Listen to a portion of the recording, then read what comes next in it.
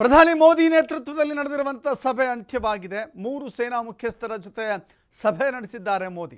ಪಾಕ್ ಮೇಲಿನ ದಾಳಿಯ ಕುರಿತಂತೆ ಮಾಹಿತಿಯನ್ನು ಪಡೆದುಕೊಂಡಿದ್ದಾರೆ. ಅತ್ಯಂತ ಪ್ರಮುಖವಾದಂತ ಸಭೆ ಇದು. ಪ್ರಧಾನಮಂತ್ರಿಯ ನಿವಾಸದಲ್ಲಿಯೇ ಈ ಸಭೆಯನ್ನು ನಡೆಸಲಾಯಿತು. 3 ಸೇನಾ ಮುಖ್ಯಸ್ಥರ ಜೊತೆ ಮಾತುಕತೆಯನ್ನು ಮಾಡಿದ್ದಾರೆ. ಪಾಕಿಸ್ತಾನ ನಮ್ಮ ಮೇಲಿನ ದಾಳಿ ಮಾಡೋದು, ನಾವು ಅವರಿಗೆ ಪ್ರತಿರೋಧ ಒಡ್ಡಿ ಅವರನ್ನು ಹೊಡೆದು ಹಾಕೋದು, ಹೇಗೆಲ್ಲ ಕಾರ್ಯಚಟುವಟಿಕೆಗಳು ನಡೀತಾ ಇದೆ ಅನ್ನೋದನ್ನ ಮಾಹಿತಿಯನ್ನು ಪಡೆದುಕೊಂಡಿದ್ದಾರೆ. CDS ಅನಿಲ್ ಚೌಹಾಣ್ ಕೂಡ ಸಭೆಯಲ್ಲಿ ಭಾಗಿಯಾಗಿದ್ದಾರೆ. ಸಭೆಯಲ್ಲಿ ರಕ್ಷಣಾ ಸಚಿವ ರಾಜನಾಥ್ ಸಿಂಗ್ ಕೂಡ ಭಾಗಿಯಾಗಿದ್ದಾರೆ. ರಾಷ್ಟ್ರೀಯ ಭದ್ರತಾ ಸಲಹೆಗಾರ ಅಜಿತ್ ದೋವಲ್ ಕೂಡ ಭಾಗಿಯಾಗಿದ್ದಾರೆ.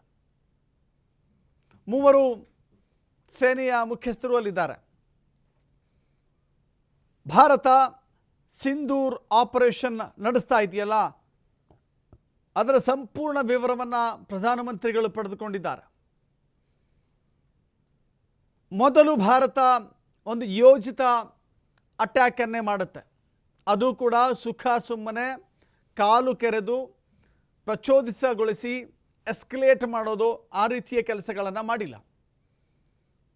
ನಮ್ಮ ಭಾರತದ ಕಾಶ್ಮೀರದ ಬೈಸರನ್ ಕಣಿವೆಗೆ ನುಗ್ಗಿ 26 ಜನ ಅಮಾಯಕರನ್ನು ಕೊಂದ ನಂತರದಲ್ಲಿ ಭಾರತ ಹಾಗೆ ಕೂತ್ಕೊಳ್ಳೋಕ್ಕೆ ಸಾಧ್ಯವೇ ಇಲ್ಲ. ಭಾರತದ ಶಕ್ತಿಯನ್ನು ತೋರಿಸಬೇಕಾಗತ್ತೆ, ಒಂದು ಪ್ರತೀಕಾರವನ್ನು ತೀರಿಸಿಕೊಳ್ಬೇಕಾಗತ್ತೆ. ಆ ಕಾರಣಕ್ಕಾಗಿಯೇ ಭಾರತ ಈಗ ಪಾಕಿಸ್ತಾನದ ವಿರುದ್ಧ ಯುದ್ಧ ಸಾರಿದೆ. ಭಾರತ ಮತ್ತು ಪಾಕಿಸ್ತಾನದ ನಡುವಿನ ಯುದ್ಧದ ಸಂದರ್ಭದಲ್ಲಿ ಅನೇಕ ಅಂಶಗಳು ಬಹಳ ಎಚ್ಚರಿಕೆಯ ಕ್ರಮಗಳಾಗಿರುತ್ತೆ.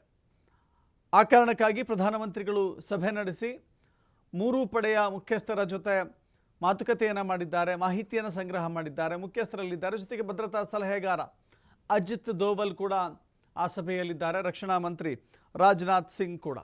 ಸೊ ಇಲ್ಲಿಯವರೆಗಿನ ಕಾರ್ಯಚಟುವಟಿಕೆಗಳು, ಜೊತೆಗೆ ಮುಂದೆ ಆಗಬೇಕಾದಂಥ ಯುದ್ಧದ ದಾರಿಯಲ್ಲಿ ತೆಗೆದುಕೊಳ್ಳಬೇಕಾದ ನಿರ್ಣಯಗಳ ಕುರಿತಂತೆ ಇವತ್ತು ಚರ್ಚೆ ಆಗಿದೆ.